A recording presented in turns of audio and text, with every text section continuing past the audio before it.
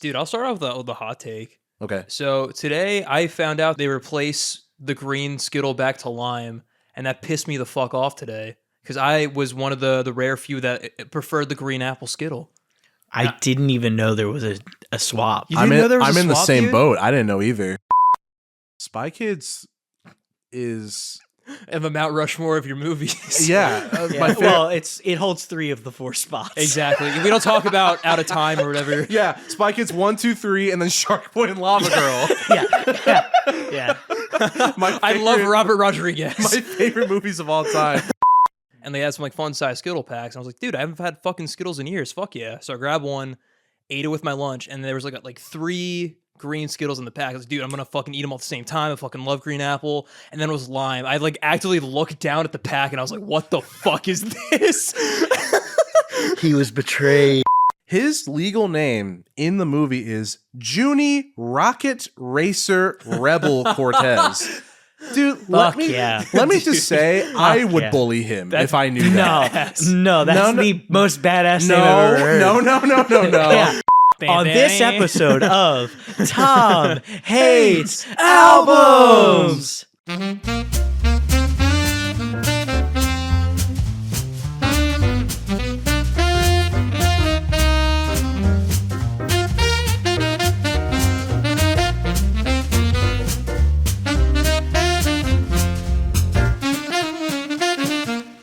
Welcome back to another episode of Tom Hates Albums. I'm your host, Adi Sonari. I'm Matt Glass. And I'm Thomas. Fuck, what was it? Rocket Rebel Radio. Rocket Radio Rebel. Radio. Yeah, Thomas Radio Rebel Murphy. Just know I just tucked my hair behind my ear and did a little smirk.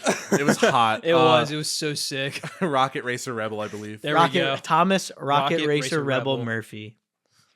Last month we talked about The Black Parade by My Chemical Romance as a little Halloween special for this show. If you want to find out Tom's opinions on that, go check out that episode. But it is November, so it's time for a different kind of theme. In fact, no theme at all. No theme November. Exactly. I feel like there's like a November vibe to this album, at least. I feel like definitely like city, tracks. like wintry kind of vibe. You know what I mean? I mean, the Getting cover there. has like some leaves on it, right? Or am I I thought those just are seagulls. projecting? I could be wrong. Projecting might not be the word. No, they are seagulls. I don't know why. In the back of my head, I was like, it's a very fall cover. Album. It's so not. Yeah. Yeah. It's just a Polaroid of her with some seagulls. If you couldn't guess what the album is by Tom's excellent description, we are doing 1989 by Taylor Swift.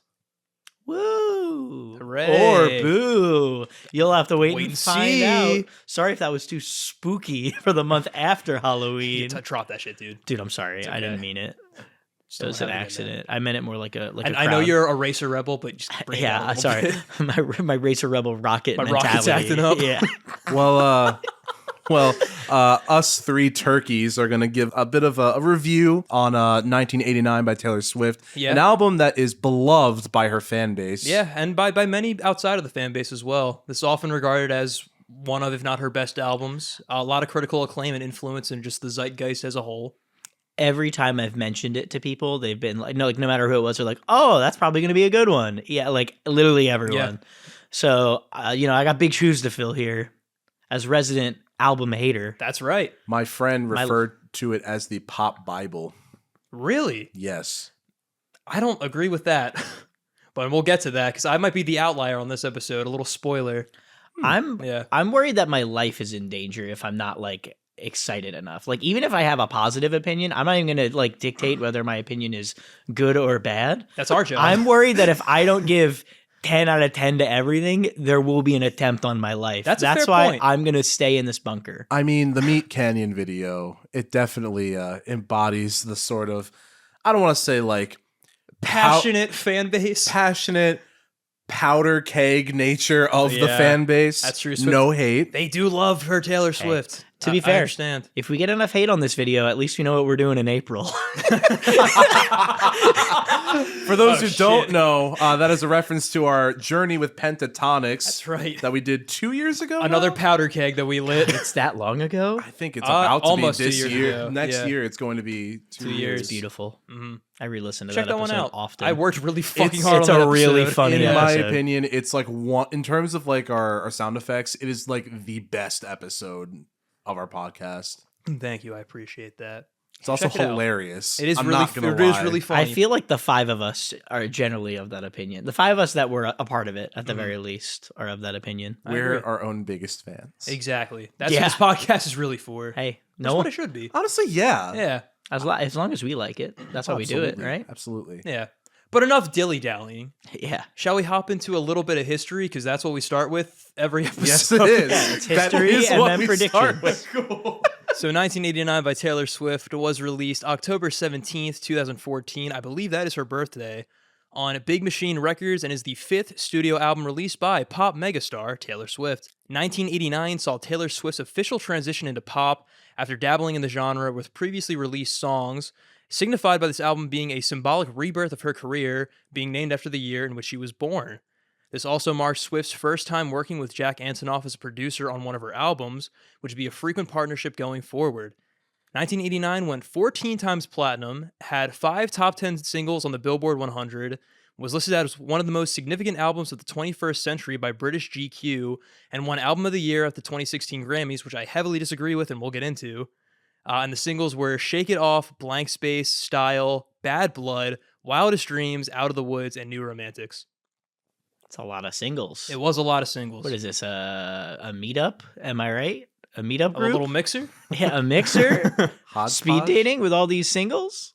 Oh, that was good, dude. Should I say speed dating or swift, Swift dating? I'm not gonna lie. Football. Oh, because November. Because that's who she's dating. Oh, that's Oh. also true. There you go. Oh, AJ, football, November. Yeah, the Super The Bowl Super always Bowl happens in November. Yeah. So therefore, our Super Bowl performance episode Of Family Meeting was makes sense. completely valid Yeah. and justified. Mhm. That is And a we'll real never thing that drop happened. that. And we'll never drop that. AJ and I both don't. We did not fathom 2 years ago that the Super Bowl doesn't happen in November because we No. both don't care about sports. But Yeah. neither of you thought like maybe we should Google it. Well, so my philosophy was like, football goes with Thanksgiving. Yeah. By proxy, the No. Super Bowl happens already. to be fair, It made perfect sense to me. By the transitive property. I mean, to be fair, I don't think it's like football is definitely of the season. So doing a Super Bowl related thing is probably Yeah, fine. In exactly. November. Still fucking hilarious. though. Uh-huh. Because I think we said in the episode too, like, Super Bowl November. How writes itself. How disappointed of the episode so far do you think the actual Taylor Swift fans are? After Probably having- very.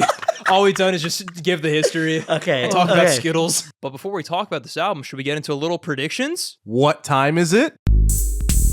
It's prediction time. I know. I feel like I say this every episode, but this really could go either way. Like, I think there are definitely aspects about this album that you enjoy. I mean, there's some really, really popular songs on here, Mhm. which I could see as a guy who likes more upbeat music. I could kind of see that being a main factor into this. I definitely also think there might have been a chance you found some of the more minute moments a little boring. I'm not like entirely aware of your job history, Tom, but I assume like any customer service job would lend itself to you not liking this album, specifically due to the music they play in said customer service job. No, so I worked at movie theaters, so I never really had to listen to music as much. And if I did, it was cleaning theaters. So I listened to a lot of like The Greatest Showman. There was like an ad that played, and then this like weird security video that would just loop in the lobby. I was like, I'm Officer Jenny, and I'm here. And From Pokemon? No, fuck. Dude. I actually don't remember it as well as I thought I would at this point, which is for the best. I'm happy I don't remember it. Oh, that sounds like It trauma. was just some weird, weird video.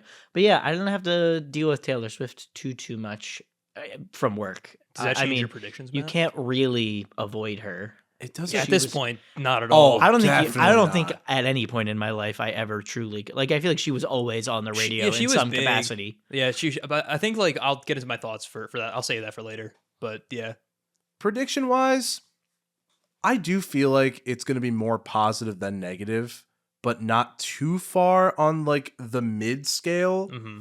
I can't really see this album surpassing Flood, if that's like my point of reference for the more middle of the road, but also leaning positive albums. So I feel like this is going to be like a 5 out of 10. 5 out of 10. Maybe like a let's lock in 5.5 out Okay. of 10. Gotcha. I think Flood is a good gauge for where this album is probably going to land for me. I think Tom overall liked it. Definitely mid-leaning back as opposed to ass. Mm-hmm. I think it's on the upper side of his scale of what he likes. I don't think he liked it as much as Flood, but there's a chance because he's been fucking with some of the pop girlies recently, like Chapel Roan. That's a good point. Yeah. I love me some pop girlies. I've been listening to a lot of Sabrina Carpenter recently. I saw her new album was pretty good. I enjoyed it. I have not sat down and listened to the album. I just listened to like Some of 4 the tracks. songs. Like, yeah. Sounds like Tom. Maybe I should. Maybe I should do as like a bonus. I'll listen to the full album and There you go, man. review it at the end of an episode. It's more fodder for your God, your bits. this should Yeah. have been the episode I did that for, probably. That's a good There's, point like, a because connection they were thing, working right? together on Yeah. their most recent album. Whoops. I think I'm gonna go with 6.5, maybe 7. I think this is generally skewing positive for Tom. I'll be bold and I'll lock in 7. I'm gonna swing for the fences. Dude, I just hope that I'm remotely closer to the fucking guesses compared to the fucking guesses that we've had. That's this true. Season. We were way off Dude, these past I've been- episodes. My Tomometer has been completely unsynchronized. Yeah, we're off the cycle, man. Yeah, let me just say, the Tomometer is available on our shop webpage true. if you want to buy it and sync up with Tom. If you Yeah. want to sync up with Tom's cycle, Yeah, I would love to sync up with you guys. charge my crystal, charge my meter, Our predominantly female audience is gonna love that joke. and as well as the Swifties, they're gonna eat it up. Yeah. Oh, dude. Anyway. So we got so we got a 5.5 from me and a 7. I'm we're gonna go with the locking 7. in Lock for in a you. 7. Yeah. AJ, may the best man win. I have a feeling this is going to be the deciding, like, who's in the lead I for this see. season. That's a fair point. And may the best man win. I honestly feel like you might be more on the money with your guess. Only Because time it's will tell. really hard to say. Because a lot of these songs were played a lot on the radio. That they were. I also feel like my opinions of this album, I'm trying not to go off of because that was my issue for a lot of my other predictions. So Yeah. I'm trying to get into Tom's brain. You cannot think No. rationally. Certainly not the way you would think rationally when it comes to me and music. It's a fair point. I learned that after one season. Yeah. But Tom, give us your broad thoughts. Yeah. Oh, I'll give you my broad thoughts. Welcome to New York. Bada bing. It didn't really like stand out to me in any major way. It was an opener. Mm-hmm. I had never heard it before. I'm not upset that I heard it. I'm probably not going to go back to it. Mm-hmm. I don't think it was bad. It was like a little higher than mid. I gave it like a 6.5. I see. Blank Space is a banger. I do like this song. Uh-huh. This is a song that leans into like one of these weird like theories that I have about like why I like certain songs and why I end up liking certain songs. And I don't know if this is accurate or not because it's like these two competing thoughts that like kind of go hand in hand. You can't really have one without the other, so it's hard to say. But essentially, I find that songs that I'm like really familiar with, I like a lot more. Mm-hmm. And I don't know if that's just because, oh, I know the words. So then in my brain, I'm like, I'm smart for knowing the words. So it makes me want to like it more. Or if it's because I become more familiar with songs because I listen to them frequently. You know, like I choose to listen to them frequently. So then I become more familiar with them that's because why I you like them. Appreciate them. Mm-hmm. But this is a hard case because I wasn't listening to Blank Space Yeah, it of was my just own on. volition. Yeah. Yeah. It was just on the radio for years. And also, although technically I did listen to it kind of my own volition, because there was this YouTube channel that made a Game of Thrones music parody like medley, and Blank Space was one of the songs they parodied. Interesting. Okay. And I listened to that a decent amount. Was it Epic Rap Battles? No, it was not Epic Rap Battles. They didn't do music parodies on Epic Rap Battles. Dude, that was suck ass. I think No it was- offense to Nice Peter or Epic Lloyd, but I would. I mean, maybe they could do parody music. I don't know. I'm not going to say they are incapable. I didn't know that they had like superlatives for their names. Yeah, no, those are the real fucking names. Christ. Nice Peter and Epic. That's their YouTube channel. Oh, NP and EL, yeah. Yeah. We're gonna get to the parody side of things in a little bit from a bit of my thoughts. That's right. Yes. I have a lot to say about that. So yeah, just to reiterate, I find songs I'm familiar with I like more, which I don't know if that's just because I listen to things I like more of, like, or if familiarity kind of breeds enjoyment, if that makes sense. Like, just the fact that I am familiar makes me like it more. I think that's valid. I don't know. That definitely Definitely. tracks. It's with- just an interesting thing to think about that I think about a lot. And then at the end of all of that, I just said probably like a bit of both. Yeah. After all that to say, who knows? Probably a bit of both. Mm-hmm. And then Game of Thrones parody. I give that one like a 9.5 out of 10. I Wow. do really enjoy that see. song. I do think a credit of how much I enjoy that song does go to the Game of Thrones parody. I see hate to it, say yeah. it. And I'm sure That's our Tom. and yeah, that's the Tomism. Yeah. That's the comparing a song to having George of the Jungle vibes of this episode, I think. Track number 3, Style. I had definitely heard this song before, but I am not as familiar with it as I feel I should be. It's pretty good.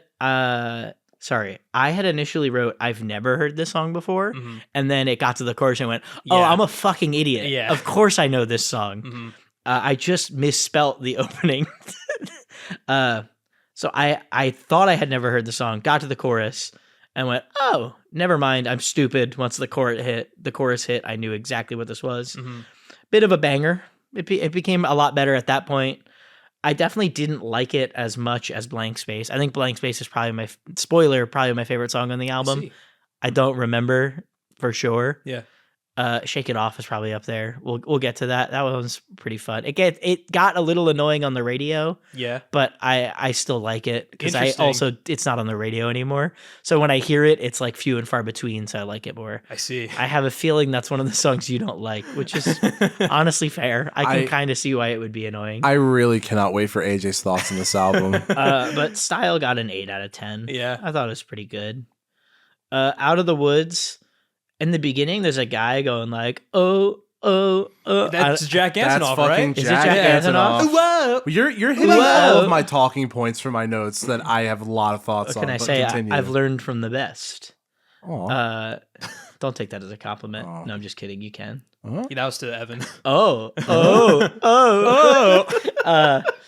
In the beginning, I found him a little annoying, and I thought for no reason, No, I just agree. the like, I don't like it. kind of annoyed me. Yeah. I find him annoying in general, quite frankly. Also really fair. Okay, cool. It's rare that I say something negative and you guys are on my side. Yeah. Cool. I like this episode. We're so fucked in the comments. Yeah, all the Bleachers fans. That being said, I do think it was like a decent song overall.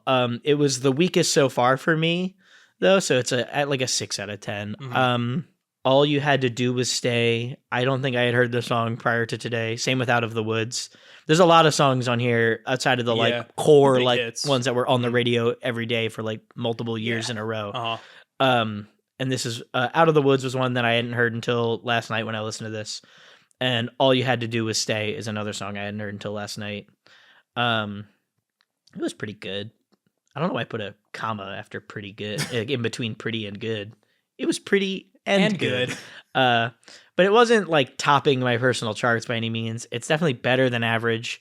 I'm pretty sure every song on here landed at like slightly above average for me at the lowest. That's good. So this was like a 6 out of 10, just like Out of the Woods. They kind of sat at a similar bar of like, I'm not upset that I listened to it, but I'm going not like back. fiending to Yeah. go back for it. Yeah. This is probably not an album I'll listen to in full again. It has the hits that I might go back to occasionally. I don't know if sit to hear any of the songs on here, but you know, that Shake It Off. One of the most overplayed radio songs probably of all Oh, time. yeah, I would agree. It's definitely up there. Uh-huh. If I remember correctly, it was one of the most overplayed. And that doesn't happen for no reason. I think it's it's a fun song. If you listen to it a bunch, like it's on the radio every day, every other song, it can get a little annoying. But I haven't heard it in a while. I gave it a 9 out of 10. I thought it was fine. Wow. You know, it's Gotcha. pretty That's good. very high for Shake It I Off. thought it was good. see. Again, it's one of those things like, is it just because I heard it so much that I'm familiar that I'm That's like, a good point. I Yeah. know the words and that makes me feel smart. These are the I questions don't know. we ask. Yeah, on- question of the But week. I do on think it's Thomas- good. Yeah, with question of the week, it's going to be that really like extensive philosophical familiarity Yeah. question that you wrote. I can't help but think it is funnier to come to the shit post Tom Hates album show and me be like maybe a little too thought provoking about an album. Hey, keep, Good question. yeah, keep the audience on their toes, man. You know, listen, I like to keep things chaotic. That's right, I yeah. always do. But yeah, I like Shake It Off. 9 out of 10. I wish you would. It's 2 a.m. hit different since I was listening to this at 2 a.m. when I probably should have been sleeping. Yeah. That being said, the song itself was like pretty good. I don't have too much to say about it. Another one that I had never heard until last night, or I guess technically today. That's right. Since it was 2 a.m. I gave it like a 6.5. It was a little higher than some of the songs previously, but it wasn't anything special for me. Bad Blood is the one of the other like super mainstream songs, right? I'm very curious on your thoughts. It definitely was for a reason. I think it's pretty good.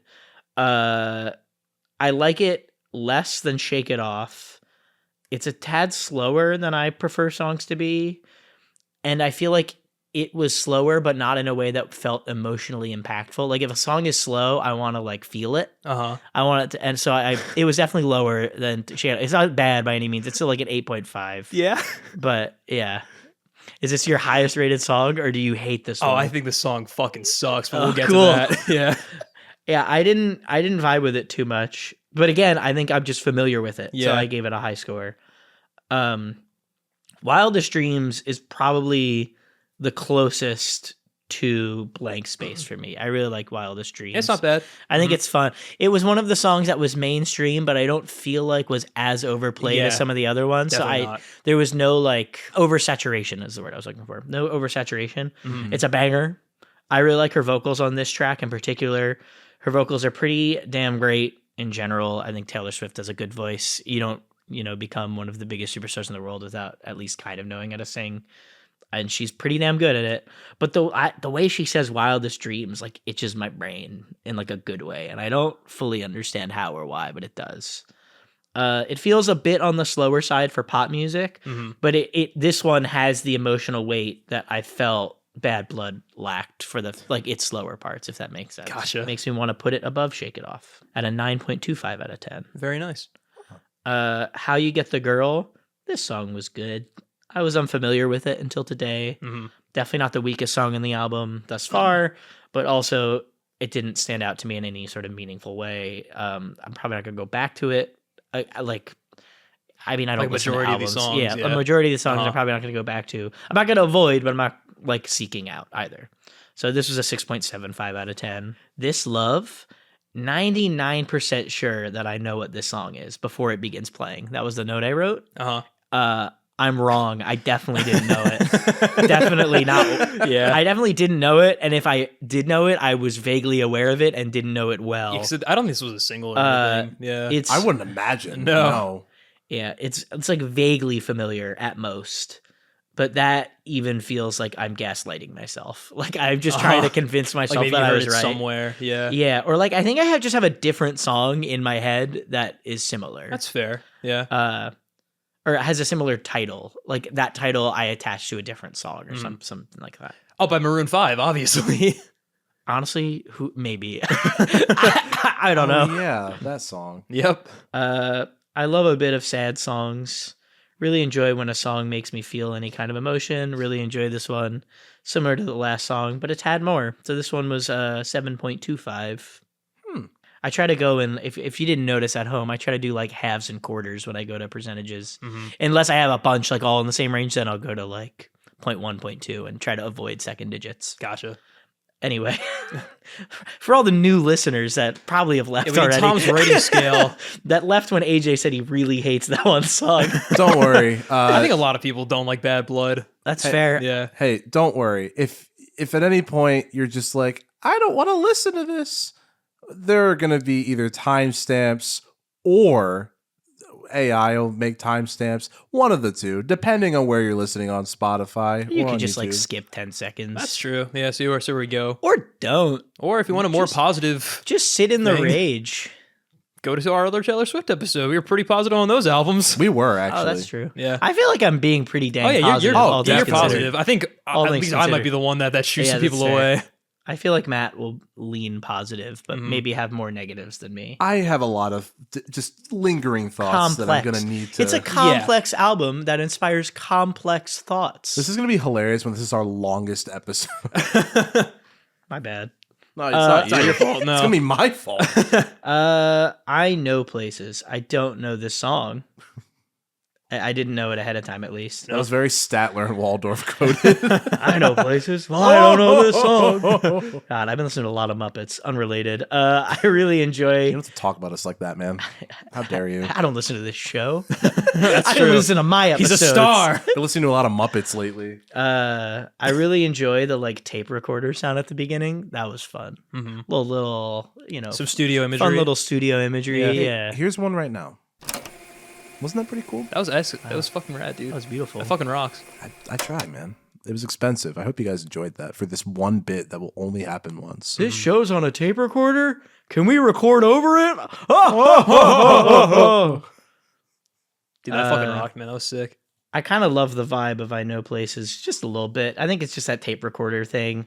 I don't really know why or how to describe what I like. But the vibe is kind of just vibing. So 7.5. Is that the only like reason like why you really like it? Is just the, There's a vibe to it that I see. enjoyed. It's like I'm getting better at describing why I like songs, but it's still not all the way there. That's a fair You know, point, there's yeah. there's no George of the Jungle comparison to so me. that's off this fucking table. I really just think the use of the tape recorder gave it an I mean, this album is very 80s inspired. yeah. Like, I was gonna that's the whole say thing. 80s vibe. Yeah. But I didn't feel like it. I didn't think the music sounded like 80s music. Mhm. It was just like Nostalgia. the same way that watching like a Stranger Things makes you feel. You know what I mean? Rather Mm-hmm. than like listening to songs that came out in the 80s. It was just kind of like an internal 80s, but not a musical 80s. I don't know. I see. There's a personal vibe. 80s. There's a I don't know how to describe it. I hope listeners at home understand. Not, I think it They makes probably sense what you're didn't. trying to say. Yeah, 7.5 out of 10. I thought it was pretty good. Clean. I definitely don't know this song. Kind of funky instrumental opening. I actually kind of enjoyed. Another somber tone that I do enjoy. The instrumental was really scratching my brain in the right way this one time. Hell So that yeah, one's dude. got just a slightly above I Know Places, the 7.75. All right. So overall, pretty generally like positive. Yeah, I'd say Yeah. it's definitely leaning back, you know? Okay. You know, Good to know. mid leaning back for sure. Yeah. Yeah. Well, I think And I won't tell you where my final score is that's until the true. end. We gotta wait till that because now it's time for Matt and I's thoughts. So Matt, who wants to go first? Yeah, this is gonna be kind of wacky. Do you think you'll be more positive? Should we do an AJ? Wholeheartedly, Oh, a little sandwich in between. Yeah, let Positive, the negative, anger positive? come out so that the fans can maybe get a slightly positive ending. Do you want to? We could do just I'm like down for track that. because I have track by track. Oh, we just go back or and back forth? and forth. We- That's also we fun. could. I'm down for that. Let's do it. All right, and also save probably time for me. So that's If I just sit here silently, it's like I'm listening to a normal episode. yeah, a normal unedited episode. I will be very upfront in the fact that I think overall my thoughts on this album are leaning positive. I just have like sort of just gripes around a few different things and just some random things I need to talk about, quite frankly. Same here. I would agree with that. I think so. I had a lot of expectations for this album coming into it because I was not like super familiar with like Taylor Swift's discography. Because we listened to Folklore and Evermore for Amanda's episode. And like I personally didn't know like any of those songs Same. prior Yeah. to those albums. Agreed. But they were all really fucking good. Yeah. I listened to Tortured Poets Department because it came out and I was doing my list for 2024. That album I did not think was very good. To be fair, that from what I understand, that's a pretty common. Yeah. consensus Surprisingly, online. not the worst one though. That's true, 'cause- As of late. Yes, which ties into the reason that I brought this album on the podcast. She just released an album this year called Life of a Showgirl. almost universally disliked. Yeah, I've heard pretty negative things about that one. I feel kind of bad because I forget if it was like if you were there for the conversation, but one of the things that my friend Maggie told me was the reason why her music might not be good anymore is because she's actually happy. Exactly. Yeah, that's what my girlfriend's was saying too. I've heard like the thing is they like the instrumentals, but the lyrics are just awful. That's like I actually more have common heard that take. too. Yeah. There's a lot of like it sounds like cheesy like high school lyrics. Yeah, to it some degree. sounds very out of touch. Because but she's we're not living talking her about that high album. school dream Of dating a football player. Wow. But yeah, we're not talking about that album. So I had like expectations coming into this one because I was like, I just came off of like her worst album. Let's hop into like one of her best albums, and I was kind of disappointed. This album just kind of washed over me. Like I just didn't really get the hype. Do you behind think there was like your expectations were high and that made it like you crashed worse because your expectations were already high? It Or do could you have been. think you'd have the same level of like disdain for some of the songs that you don't like? Maybe disdain is a strong word. I Well, haven't heard your description. Yeah. It seems pretty For a pretty couple of negative. them, yes. But do you think they'd be as negative if you had come in with less expectations? I don't know because I listened to this album before, but like passively because it was Gotcha. on like a car ride, and like I generally enjoyed it. I wasn't like paying too much attention to it. Yeah. So I came back into it and I was just expecting just to be like, you know what, like this will be good because I generally enjoyed what I heard before, but like even still kind of going back on like re-listens for the episode, I still didn't really care for a lot of these tracks. There's Fair. really only one track on here that I generally like, and the rest of it was kind of like whatever. Interesting. Yeah. I'm curious to see which Okay. one it is. Yeah. So I guess we'll start off with Welcome to New York then, Matt. Yeah. Honestly, I thought it was a pretty decent opener. I think the song does like a good job of almost like setting a false scene for the album because Yeah. there's not a lot of like New York shit happening other than that song. No, and it's kind of like a representation of her physically moving to New York and her just like transitioning into like a whole new soundscape in which Yeah. New York is like a poster for. That is where Jack Antonoff's studios reside. So there we go. And those were all New York seagulls. In That's the photograph. Native New York goals. Yeah, That's right. Yeah. That's fucking funny. I do think there are some good like synthesizer moments on this track Yeah. and also the whole album. Given the preconceived like notions going into this album compared to last week's episode, Mhm. I think that I got to appreciate the pop synths a tad more. That's very valid, and I would agree with that. Because goddamn, Up All Night, woof. Yeah, that's some bad production. Mixing on this track is decent. Mm-hmm. It sets the tone for being just a really uplifting and adventurous intro into this new era of Taylor. And that's, yeah, like, I don't know. That's just kind of how I feel about it's fine. it. Like It's like an okay, it's a Yeah. decent opener. it doesn't really do too much for me. I like that I can clearly hear like the Peter Gabriel like influences on this track. But I feel like one of my big issues is that I feel like she's not going enough with the 80s influence, and I want more. But that could just be like a personal thing. I know one of the albums she kind of does do that. I Yeah. think whatever one Antihero is on. Oh, Midnight's. Whatever. Yeah. Sorry, not whatever. I love all Taylor Swift. Yeah. I do feel like, despite our opening, I feel like this is the most serious we've been. Oh yeah. Like I've been asking far more genuine questions than I usually do, and after doing so, you guys started talking about, what the fuck is wrong with me? I was like, what's happened to me? Who have I become? So I just Where wanted are to the jump. jokes? So I just wanted to jump in and say that the seagulls on the front were NY Seagulls. All right, cool. That's sick. I dude. just had to bring. I had to bring my reputation back down. That's a Taylor Swift reference. Feel free to. Fuck! God damn it! Reputation. No. I'm becoming an anti here. I mean, no. Tom's in his reputation era. Evermore. The life of a showboy. Fuck. That should be the name of the episode. That's really funny. Tom hates albums. The life of a pod boy. 1989. The life of a show boy. Blank Space. I unfortunately know the Bart Baker version way more than this one. Like I Yeah. could probably recite all those lyrics front to back. Fuck, Pope wait. Francis, like a guy playing Pope Francis is in it. Uh-huh. Rest in peace. Out of Taylor Swift's hits, I've never exactly rushed to listen to this.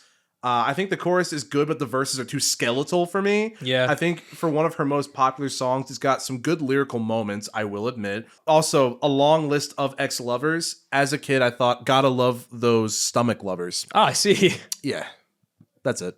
I think for me, this is like of the big singles on this album. This is probably the best one. It's up there. But I would agree. Like I'm never really running to listen to this song. I think like it's kind of a nice kind of tongue in cheek like response to a lot of like the media just kind of coverage she got about just how she's like a serial dater and like is constantly like dumping and like dating new people.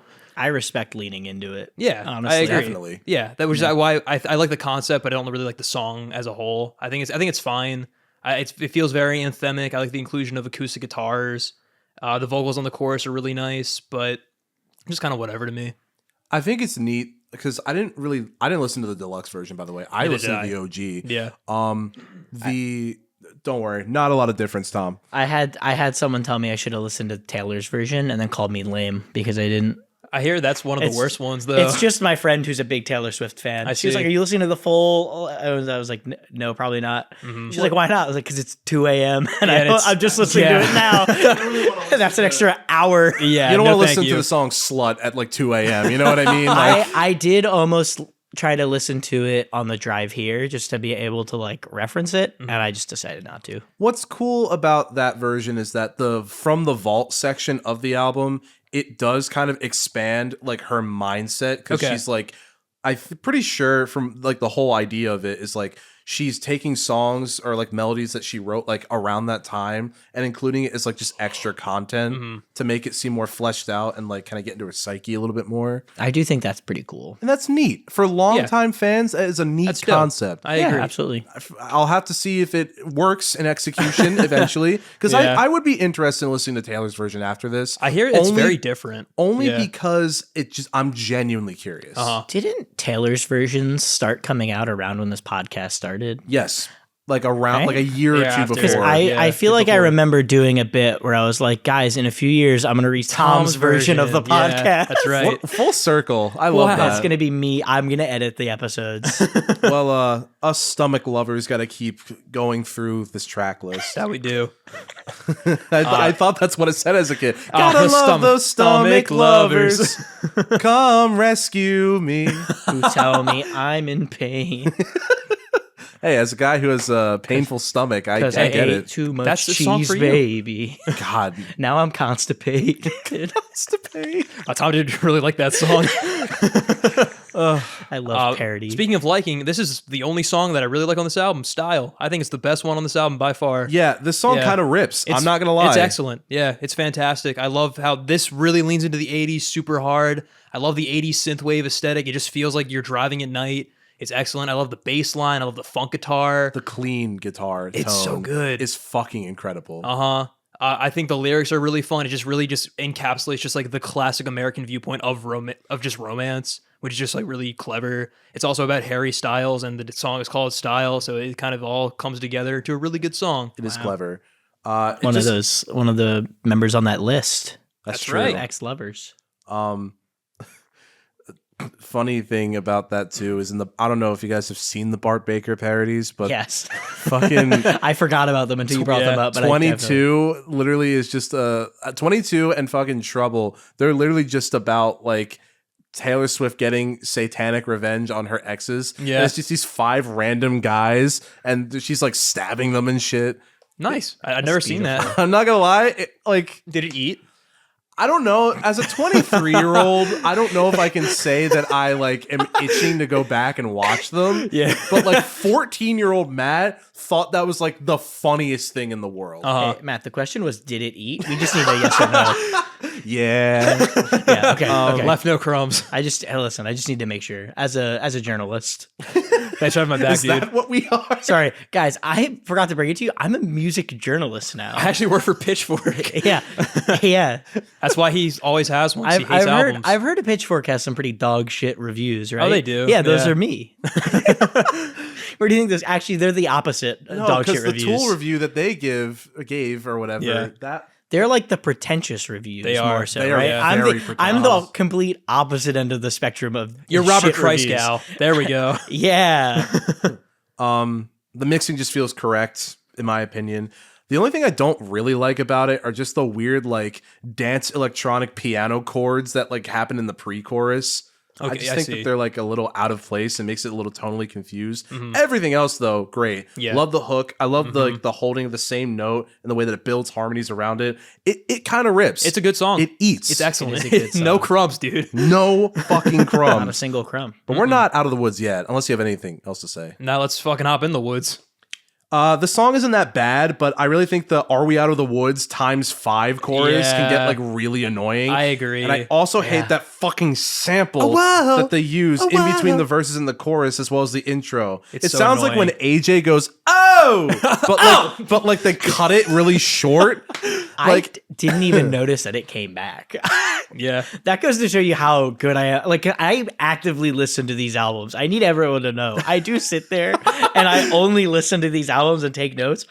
I don't know how I missed that it came back. It's okay. And this, unless you have any other things to say about this track, because I I do. have a little rant I need to go on. Basically, you kind of said what I said. I think my only thing that I really like about this track is the bridge and the lyrics. I think are really nice. The fact that the song is about just kind of like how paranoia of a relationship ending can often be the thing that ends the relationship is really kind of a cool concept. And using like the wood metaphor and motif to kind of like encapsulate that's really clever. Like, remember when we couldn't take the heat, I walked out, I said I'm setting you free, but the monsters turned out just to be trees. I think that's like a really cool set of lyrics. This also has a lot of MA3 influence, I feel, on this track and like a couple other ones down the line. I would have to re-listen. Yeah, just in terms of like the production style, it feels like a lot of stuff on Hurry Up We're Dreaming.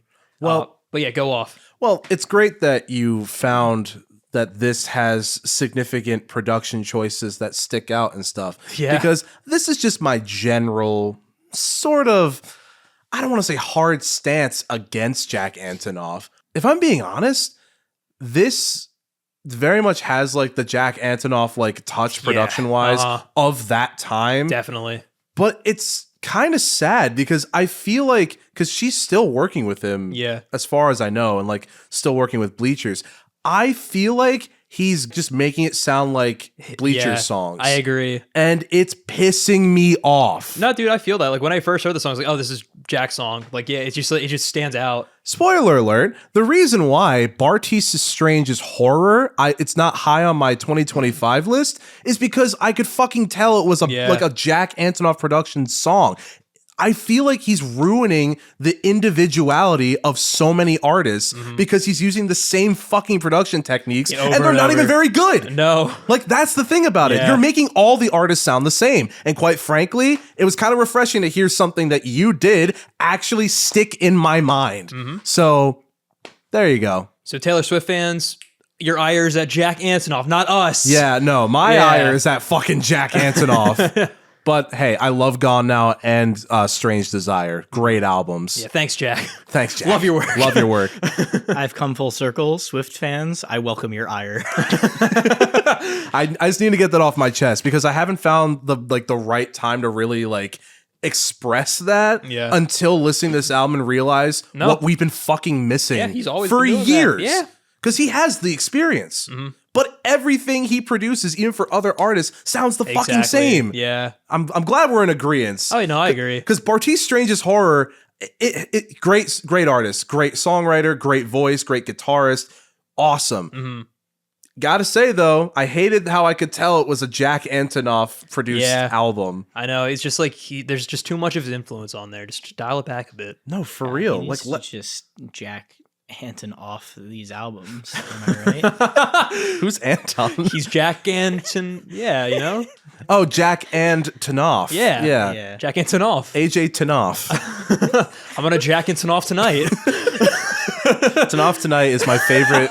That's my favorite like late night radio show. Yeah, David Letterman's spinoff is really good. Once we end Tom Hates Albums, the new show that's gonna slot in is Tanoff Tonight. Tanoff Tonight. Dude, I'd listen to it. Just a radio. What's up, guys? I'm AJ Tenari. I was gonna do the exact same thing. Anyway, shall we continue? I feel bad. That was a long rant. That's okay. But I fucking needed to get that out. No, it's valid. I don't have too much to say about this next track. All you had to do is stay. Ed Sheeran, unconventional type beat. Yeah. It's It feels interesting. Feels kind of plain. I agree. Just very standard on the choruses. I feel like the way that she says stay has the kind of like same effect that the O's on the last track have, where they just feel like unnecessary. Completely agree. Yeah, the bridge is neat. I like the elongated vocal deliveries, and I like the kind of pseudo disco beat that the drums do as well. But this one's just kind of whatever. The synths are layered very well. Sentiment, my stomach just made a noise. Sentiment is very nice. Agreed. But largely forgettable in execution. Product of his time, without a doubt. Yep. But like, yeah, that's really all I had to say. Because this next one, oh, shake it off. To say that I like this song feels like a crime to anybody else who worked in retail stores like me. And while I don't think I like the actual song itself, I like the reason why she wrote it. Agreed. I don't think it's that engaging of a song for me personally. Nah. I also don't really care for the rap feature. I think it's awful. I get that's the point. Yeah. But it's like this played all over the radio and just I've literally I'm about to say logged onto the radio. I've turned on the radio to the hey and I'll be like, well, I'm gonna wait like a minute or two. Bye. Yeah, NSYNC. Let's get on that. No, but it's not my favorite, but I respect it.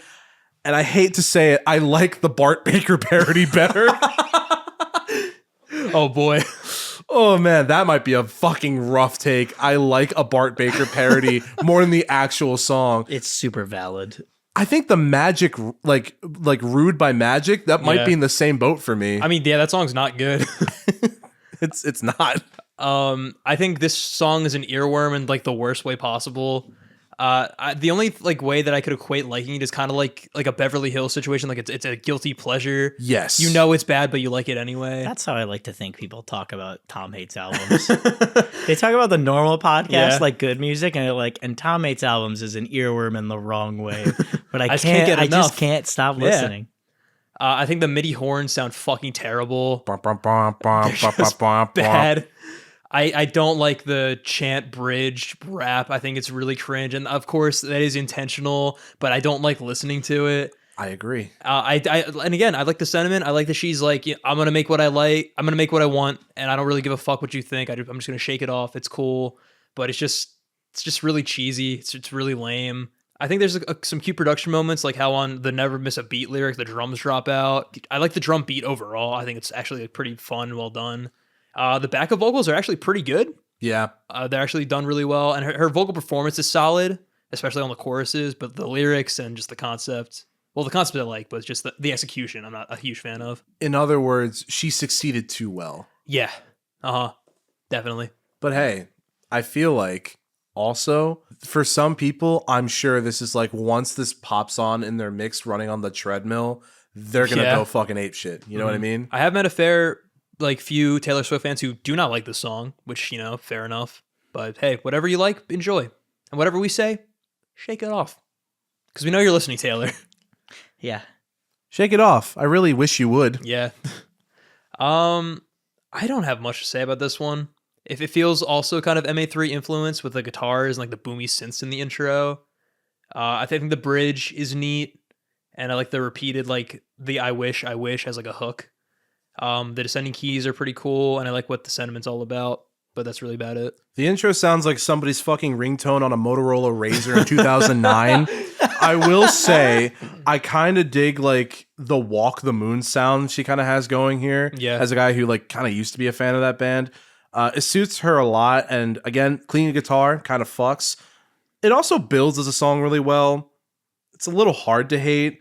The synthesizers that sound like little like whistles that really scratch an itch on my brain, and I think it keeps the energy like just in the track but also in the album pretty decently. Now we got on to Bad Blood. This track fucking sucks. Doesn't Kendrick have like a feature? He does have a feature, but that's on like the single version, not the album version, which is kind of a shame because it's the best part of the song and it's not on here. Yeah I think it's about the Katy Perry beef. It is, which is really silly. It's supposed to like feel like grandiose and badass, but like with the lyrics like deep cut, it just sounds like really cringe. I did not know it was about a beef with Katy Perry. It was. They were beefing for a few years. She's beefed with a few people in her music. I feel like some of them have got to be fake, right? Like you just stir up some fake drama to sell better songs. She beefed with Charlie XCX in this for no fucking reason. Did she do that? Because that line might not have even been about her, which is fucking hilarious. Yeah. In Brat, right? On Taylor Swift's newest album, she has a song that's like a response to a line from a Charlie XCX song that's not even really about Taylor Swift, and it just comes off as like really pathetic. Wow. It's an interesting music video.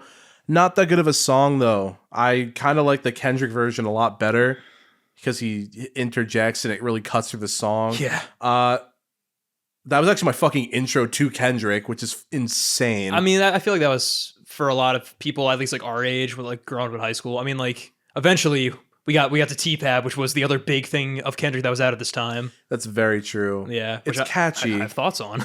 It's catchy, but God, the fucking Bart Baker parody is like, I know that more than the actual fucking song. The track itself reeks of 2010s pop, which I don't necessarily hate, but I don't dig the really like overly percussive nature of this track. I feel like for an album that really blends their pop synths really good, this one could have had a lot more going for it, and it just feels a little too lackluster, but the vocals kind of carry. No, I would agree. I think the lyrics are... It's not a good song. Not really, no. Next up, we have Wildest Dream. This is where I kind of noticed. I feel like Melanie Martinez was like 100% influenced by Taylor Swift because I just hear like a lot of like her vocal stylings in this song specifically. I don't know why. It just kind of like gave me Crybaby vibes, which I didn't really care for. Yeah, I mean, we're traumatized. So That's true. That's your favorite album, though. No, it's actually not, Tom. It's his favorite album so much that he got so excited to open the case that he destroyed it. Exactly. So that he could get to the energy. CD. I just vividly remember when you tried to bring it on and we were like, AJ, we don't think that's popular enough. And then you became a crybaby because you were like so upset that you couldn't bring it onto the podcast. And then you hit a emote. I did Fortnite dance, didn't I? You did a real... I've never seen a human being hit an emote so perfectly. It was amazing. Thanks, dude. That night was fucking amazing. Fataday, thank you for being born. Yeah, I agree. I'm iffy. I think Wildest Dreams is like a good song. I would really need to re-listen to it to see if I hear the Melanie Martinez influence, because I know sure as shit I'm not going to re-listen to Melanie Martinez. No. The instrumental's deep, dark, bassy beat is actually like kind of pleasant on the ears to me personally. Yeah. It makes use of the sparse instrumentation really well, I feel. And I also like how the synths like sound all ghostly and full of reverb. And the bass, I feel like whatever bass synth she has, it kind of adds to it, despite how like, I wouldn't say involved the instrumental is. I agree. I think I like the synth orchestra on the chorus. I think it kind of works with like the more kind of like intimate, like breathy vocal she does. I like the storytelling on this track as well. I feel like she's a very good storyteller. Definitely. And that adds to the overall vibe of the album being nostalgic and kind of cinematic in a way. Yeah. Especially when you kind of have like the intro of, what is it called? Welcome to New York. Yeah. At the very beginning. It almost like feels like there was more thought to it than just, we're in New York. Shake it off. You know, I've been described as deep, dark, and bassy. Meep. Exactly. There he is. Deep, dark, and bassy. Took a second. Fuck, I didn't fully get it. I'm so happy. That's my favorite episode of SpongeBob. It's a good one. Do the sponge. No, do the sponge. You're doing a sponge. Can we bring that on the pod? Yes. Dude, critically beloved. Unironically, I do listen to a couple of SpongeBob songs on like a somewhat regular basis. I've torn through that album like 6 times. Yeah. Gary Come Home Is really good. Oh my god, Rip My Pants, or just Ripped Pants is what it's called. Sorry if I offended anyone by getting the title wrong. Yeah, the SpongeBob and Taylor Swift pipeline Venn diagram. Basically a circle. Yeah, dude, we're pretty much. Yeah, we're in hot water with them. Gotta be honest. Hot water and thin ice. Is that why there's thin ice? Is there hot water involved? Hot water. Probably it's something. Fuck. I'll get my best scientist on this. Thank you, Tom. You would know best. They just pour hot water on like an ice cube and they're like, holy shit, It's getting smaller. We gotta tell the president.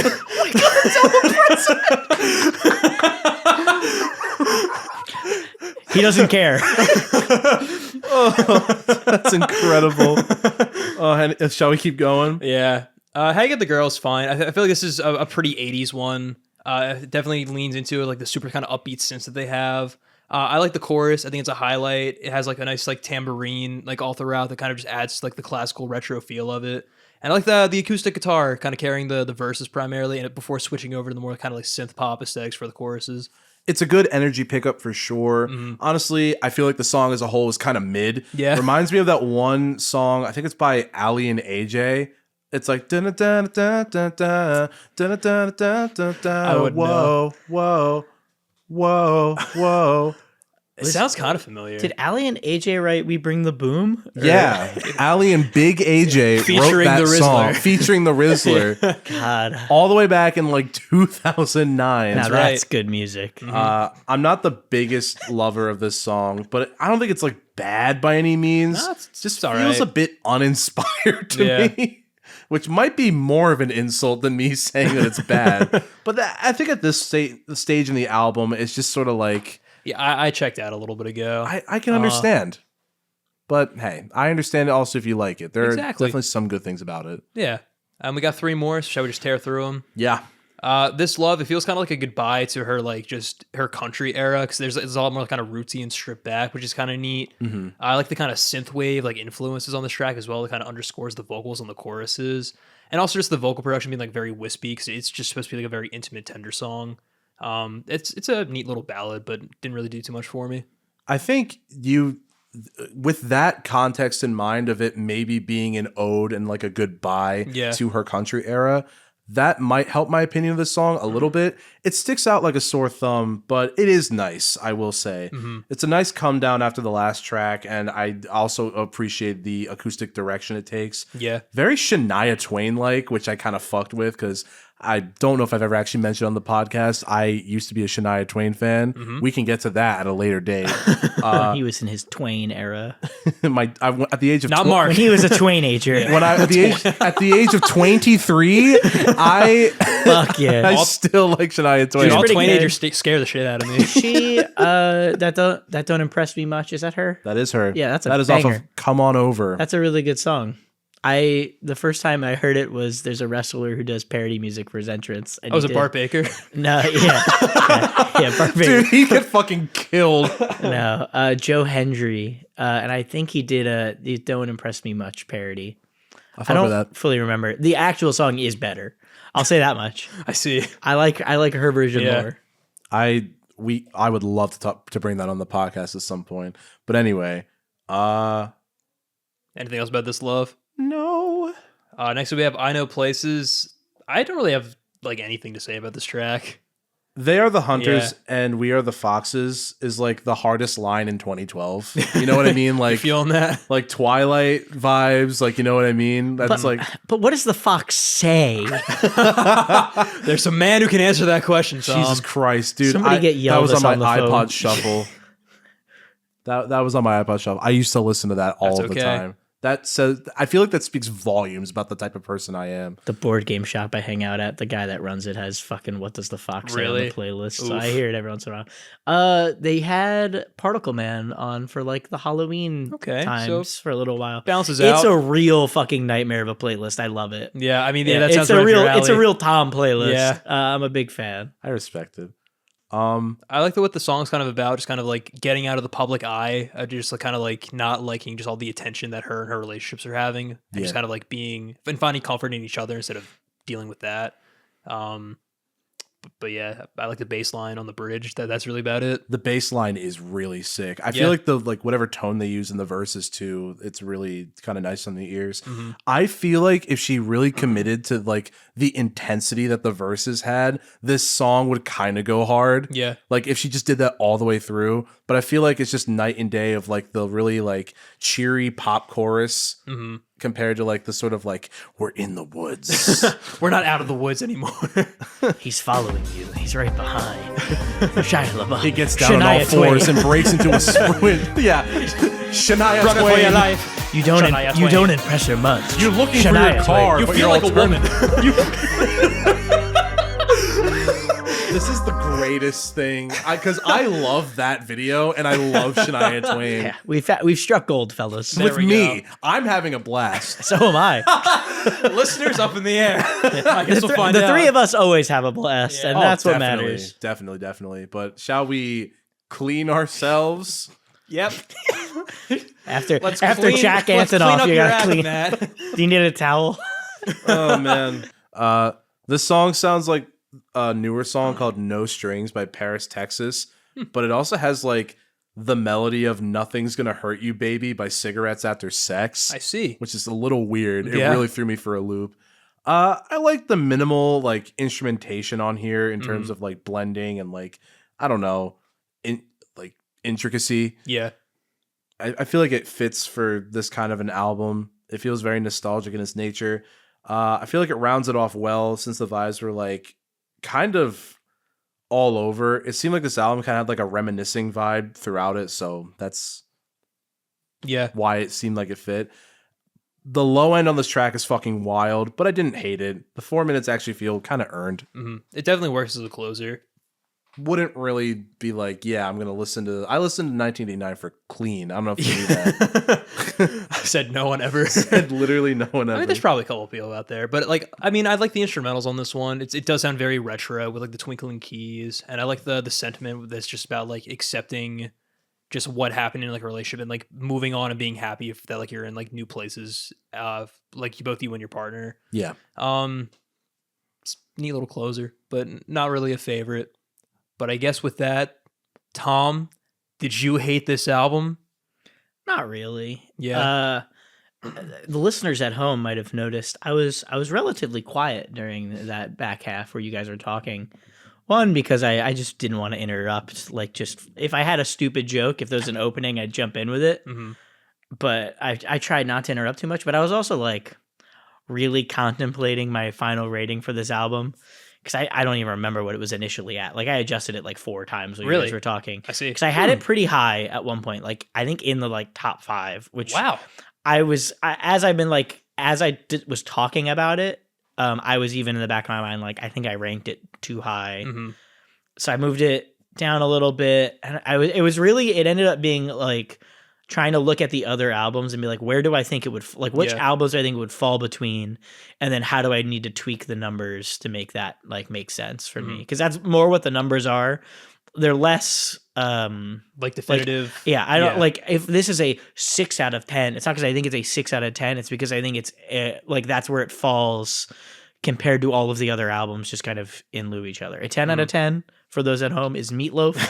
A 0 out of 10 is Melody Martinez, I guess, which like, I don't even think is technically a fair 0 because I didn't listen to it. That's true. But I really didn't want to. Yeah, and the bit I heard was really bad. You gained the same amount of information and value as if you did listen to it. So legitimately, that is correct, Matt. In that case, I'm gonna say the technically the true lowest.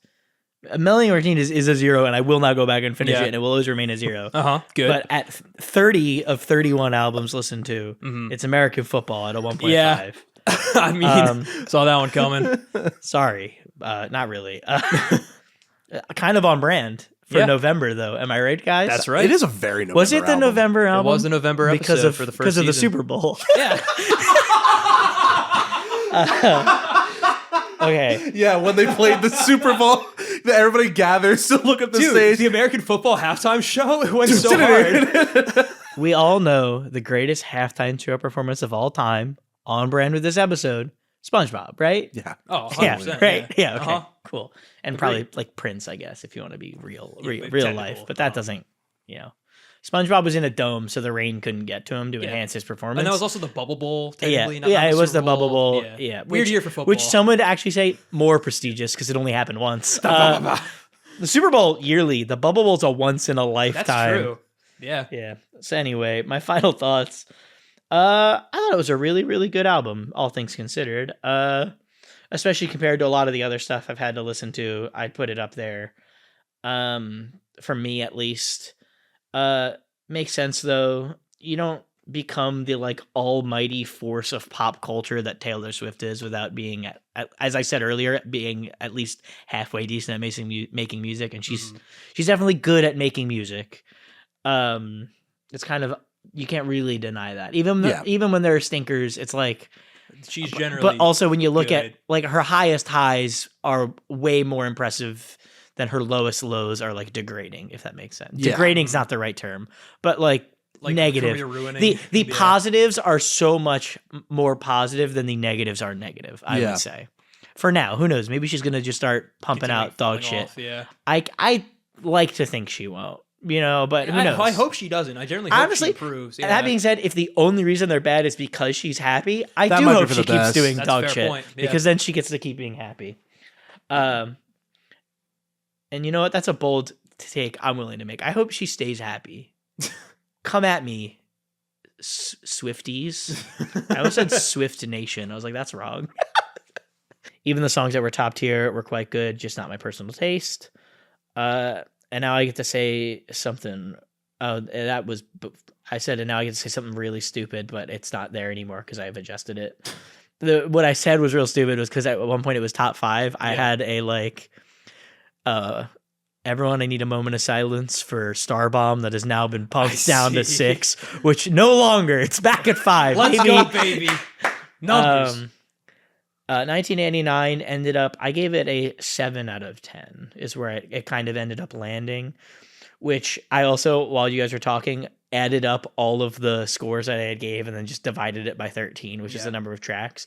And it ended up like 7.5, but that felt a little high to me. Like, I think I could give it a 7.5 and I'd be happy with that. Mm-hmm. But when compared to the other albums I had that I had to kind of tweak to make it fit, 7 made more sense for its location on the ranking. It ended up being like I guess I was really close. That being said, you're kind of both right though. Mm-hmm. Because if I remember, you said, were you earlier who said that it would be below Flood? Yes. So at a 7 out of 10, this places it exactly 1 rank below Flood, which I didn't realize until after the fact. I guess I'll take it. And 1 above Court of the Crimson King, one of my DLC. Sorry. No, it's to be expected at this point. It's not. It's just not for me. Yeah.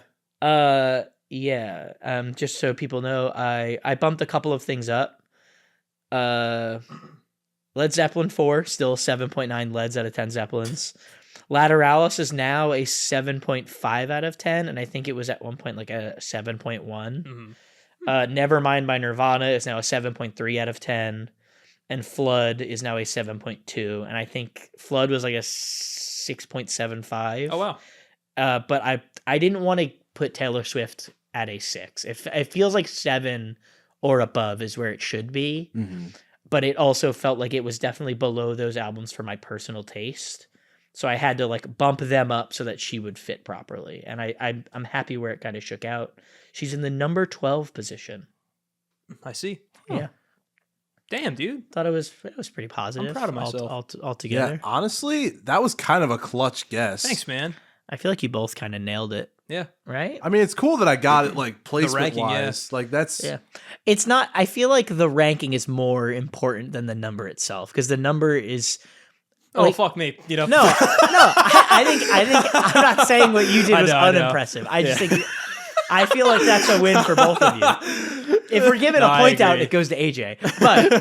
But because of the way that I the numbers are more based on the location compared to other albums than they are like. I mean, yeah, that makes sense. Yeah, because the more important thing is just how you feel about these albums as a whole. Yes, and I gave it a letter grade, which I forgot to say, C+, just below a B. Fair enough. All right, Matt, who wants to go first? I guess me. That might be a good idea. I'll keep it kind of brief. I think this album, like I can see the enjoyment all across the album. Taylor Swift is a pretty good singer. That's like an irrefutable fact. Yeah. Like Tom said, there's a reason why she's just been pushed. I feel like my stomach is just making like all these. You're so nervous about the Swifties. Yeah, I know. I'm worried they're gonna come after me. Like she could genuinely be considered like one of the most famous people on the planet. Oh, 100%. Oh, By far. If not the, if not number one. People have argued whether or not she's more culturally like important and famous than Michael Jackson. And at the very least, she's like She's as of there. now pretty fucking for the close. generation. I like to think Taylor Swift is the LeBron to Michael Jackson's Michael Jordan, you know? I see. You know what? That's not a bad comparison. Well said, honestly, Yeah. in the music scene. Do you think there's any sports people that'd be like, no, absolutely not. They're not listening to this. We said the Super Bowl was in November. That's true. Yeah. That made me check the fuck out. They clicked on this thinking like, yeah, maybe, and then they went, what the fuck? And then they turned it off. Yeah. Yeah, no, I definitely understand why people like this album. And I think for the greater portion of the album, I did too. Mm-hmm. I would say I definitely ran into a similar situation of like having high expectations for this, considering my friend fucking called it the pop Bible. Yeah. Which I don't think so, man. I don't know, man. There's a lot of good pop in the 80s that I feel like really could take that spot if you tried. And even for modern pop, I feel like this album has been outclassed in recent years too. Yeah. Just because I'm not in enough hot water with Swifties, let's say something that'll upset another large group. Someone could have told me it's the pop Bible. I'd be like, I don't have much credence in the Bible either. So, you know, honestly, well said. Well, the Bible's written in 1989, right? Yeah. King James wrote it in 1989. I'm pretty sure. King James version. Yeah. Oh, that's funny. It was version. Yeah, he re-released it with a few extra stories. Yeah, the Bible, King James version. Yeah, exactly. The author's commentary. He threw in a couple so he had some like melodies that he had kind of worked out prior, but he never fully fleshed out, and he kind of finished those and threw them in there. Exactly. Yeah. Jeez. You know, Jesus actually stayed dead for past the 3 days in the and that's what version. all he had to do was stay is about. But King James was like, let's bring him back. I think there's more to tell. Kind of like Jason Todd. Jesus Christ is the Jason Todd of the Bible, is what I'm saying. I like that. Yeah. Yeah, I think we can all agree. And on that note, what were you guys saying with your final thoughts? I was trying to find a good way to segue. Don't worry, I got you. Here, wait, I'll do a segue jingle. It's segue time. Anytime you need to cut out, just throw that in there. Oh, thank God. I'm so happy. Matt loves making jingles. I do. To be fair, if we just keep doing it's blank time, you can just use the same music and just put a different audio over it. That's a good point. The same jingle every time. Anyway, Matt, you were saying pop Bible and such. Something about the Bible. Jason Todd, I think. Yeah. I think this album has a lot of things going for it. I enjoyed a large part of it. There are definitely some moments on here that are a bit forgettable. Not bad, but just kind of in the grand scheme of things, I feel get really lost in the overall experience as an album. I mean, production's pretty good though. Sans fucking Undertale. Sans Jack Antonoff. I couldn't. I could. I've never played that game or know anything about it. I just know Sans. We're really upsetting some passionate communities today. Oh yeah. We got Undertale, Swifties, Catholics. Christians, and Catholics. We've definitely upset Catholics before. Yeah. I hope, hey, Pope, if you're listening, come on the pod. Yeah, dude. Hey, Pope, if you're listening. We'll do a Pope album. What's your favorite Pope rock? The Animals Christmas. Yeah. You know, people used to print masses onto vinyl. But anyway. Should we get the Pope on for our Christmas episode? I like that. Yeah, let's do it. The Pope hates albums for December. I'll take a step back. Today I bring on Pinkerton by Weezer. No, not again. That'd be insane. If I love Pope, Why Bother. It's so good. If Pope Leo was like, yeah, I really enjoyed Across the Sea. Is there any like really famous like Chicago musicians that I don't know? There's a band called Chicago. Oh, he brings up Chicago. Yeah. Can I get to my ranking, please? I just feel like we're breaking ground on some really good ideas. Matt. Really? Really? Yeah. Go off, Matt. 1989. The Bible. You were saying. Oh, okay. Now I'm back about where Jason I'm at. Todd. Yeah. No, I think it's. I'm sorry, Matt. You brought it up. It's okay. It's okay. Maybe I was projecting with my guess because honestly, I'd give this a 5.5. Valid. Yeah. I think that's fair. I think it's got good songs on it, but as an album itself, it kind of suffers a little bit. Mm-hmm. I also just kind of wanted to say the tail end of the album where it was like 4-minute songs on top of one another, also a little bit of a choice. Yeah. But what do I know? But Taylor Swift. Yeah. I think I'm in a similar boat to you. Like, I don't hate this album. I just don't think it's kind of like the hype that it has is like super warranted. I don't know if that's a me thing or if that's just like an objective thing. It's kind of valid.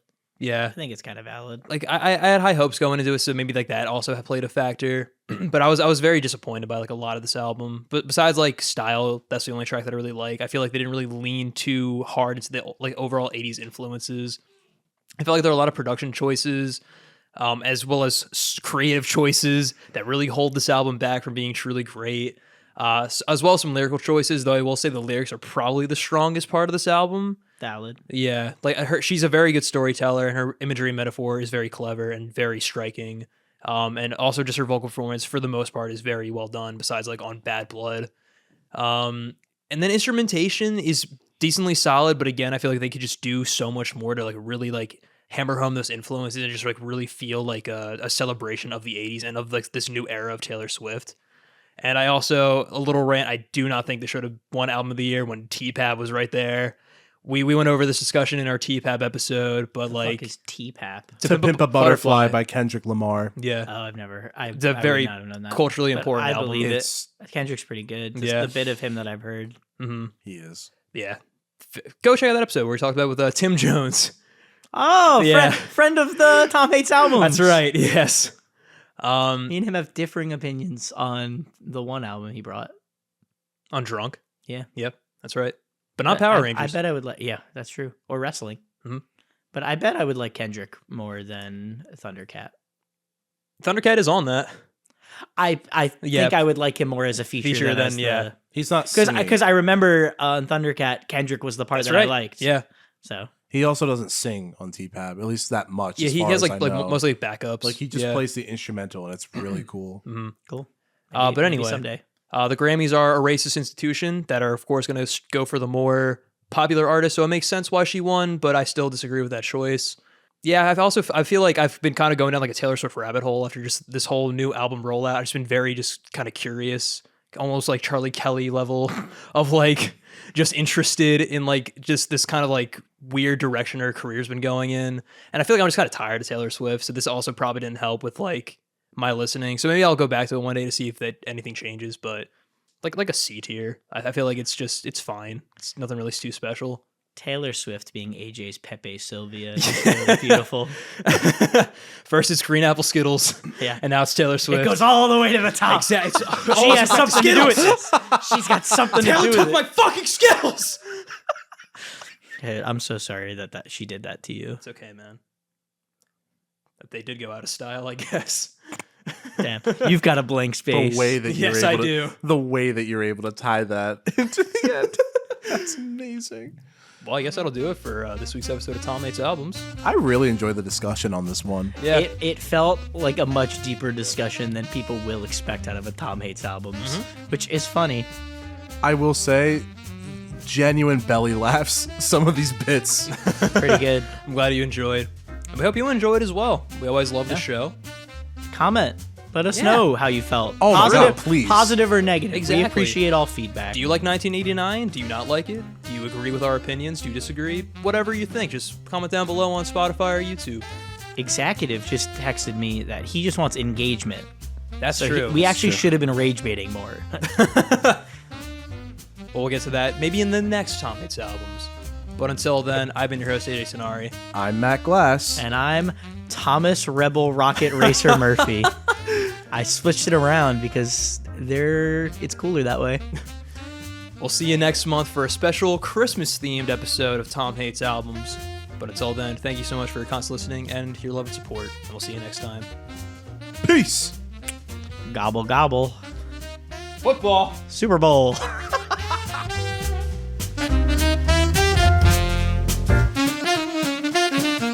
Has anybody read the Steve Jobs autobiography? No, No. I'm not. Evan probably. I had to. It's required reading.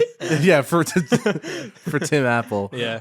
For Tim Green Apple. Fucking listen up, fuckers. That's where they all went. We'll have to ask Evan.